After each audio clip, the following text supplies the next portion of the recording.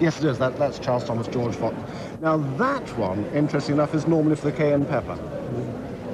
So, interesting that that's in that bottle. So it got mixed up, is right? Well, I would wonder whether that has got mixed up, because normally that would just have the top. Yes. A lovely thing by a really good 19th century maker, in lovely condition. The fact it's all the same family, so, I mean, obviously it's not going to be quite as much because there's a slight mix. It would have been absolutely straight. But even so, the fact it's the same family, it's going to make very little difference. Had you thought about value at all? No. That's why I've come today. Right.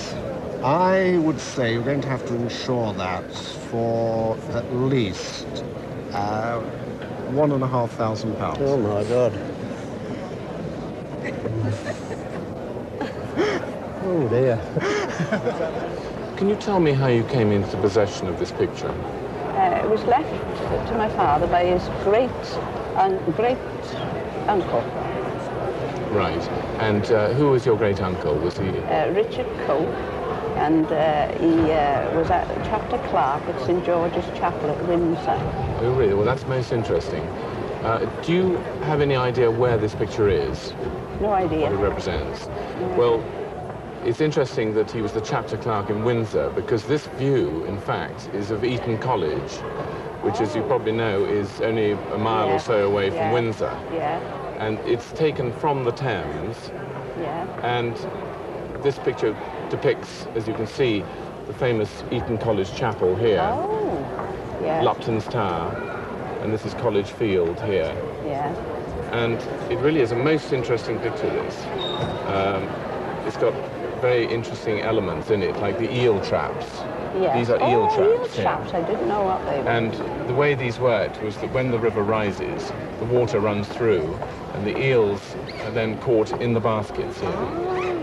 And you can see in this particular area, you have two gentlemen who are presumably emptying the eel traps or preparing them in some way. On first inspection, it reminded me very much of an artist called David Cox, who was a very, very well-known 19th century watercolorist. Yeah.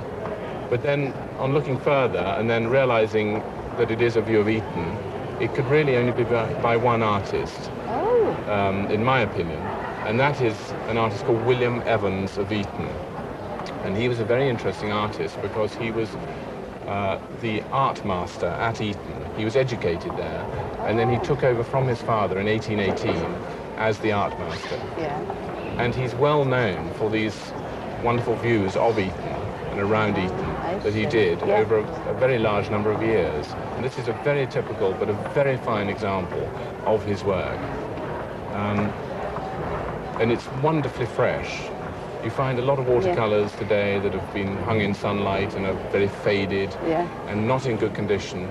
And the only thing I'd say about this is it's quite dirty. Yeah. You can see that the paper up here probably needs a bit of a clean. Yes, I see. But on the whole, it's a wonderfully fresh watercolor in its original frame, never been touched. No. And it's a real joy. And coming to the valuation of it, have you any thoughts about any ideas? No idea at all. Well, not the faintest. In my opinion, I think it's worth somewhere in excess of £3,000 to £5,000. Oh, good. But it possibly could make more.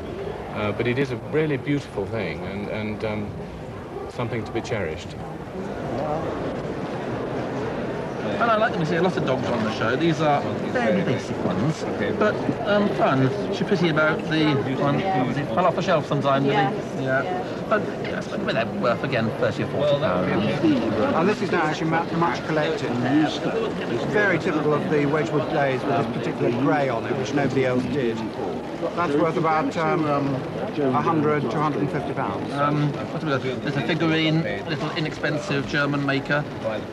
These, have you got a partner? No. It's been a pair. Always came as pairs originally, but again they just put it around at home and they light, they fall off and break easily, and once they're shattered you can hardly really do much. So it's a bit lonely, but she's still going to be, I suppose, about £20. It's fully signed in Latin by Henry Sutton, who was In Latin? in Latin, yes.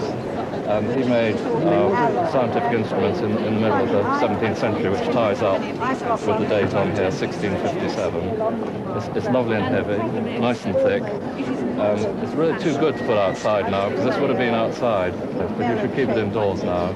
It's really very valuable. It could be worth a couple of £1,000 or so. The vases, again, these are the inexpensive photo printing. They're not hand decorated, but just made to be cheap and bright and cheerful. Austria, it says, that'll be about 1910. Again, I suppose 20 or 30 pounds. And this is a double-barreled percussion rifle made by James Purdy. And I understand that you've actually written to Purdy's. Did they tell you the date of it? Because it has a serial number on it. Yes, they told me the date was 1859. Yes, that would be right for the serial number. It's actually a 50 bore, which means that the bullet that it fires is in fact a 450-inch of a part of an inch bullet. And this is a sort of rifle that would be used for deer stalking, or perhaps for light-skinned game like antelope, or in India in tiger. And the great advantage of this having two barrels was if you wounded an animal with the first barrel and it was dangerous, you immediately have the second barrel that you could fire straight away. This is the best quality of English guns that you will ever see. The engraving on it is superb, it's got a wonderful piece of timber in the stock, and the barrels are made of the very finest Damascus twist iron. And you really do not see guns of this quality very often. In addition, it's in exceptionally fine condition. It retains a lot of the original browning on the barrel and a lot of the colour hardening, and the stock has got a lot of polish and varnish left on it. It's a very, very beautiful gun. And it comes with all these wonderful accessories. And we've got a flask for the gunpowder, a bullet sizer, which you actually push the bullet through, and it makes it down to the correct size to load it into the muzzle. It's quite important that they are of this size. Two moulds, which you cast by your bullets by pouring molten lead in there, and that means that you can produce your own ammunition supply wherever you are. A wrench for taking out the nipples, and this large and odd-shaped object is a punch for cutting the linen patches in which the bullets are wrapped before they're loaded. The question that springs to my mind immediately is, you have the rifle, you have its accessories, all of which are numbered to the rifle. The flask has the charger set for 4.5 drams, and we know that this type of rifle takes 4.5 drams. What happened to the box? The box, I'm afraid, got damaged in transit. Oh dear. So you never actually owned it? Never actually owned it. That's a tremendous shame. This gun was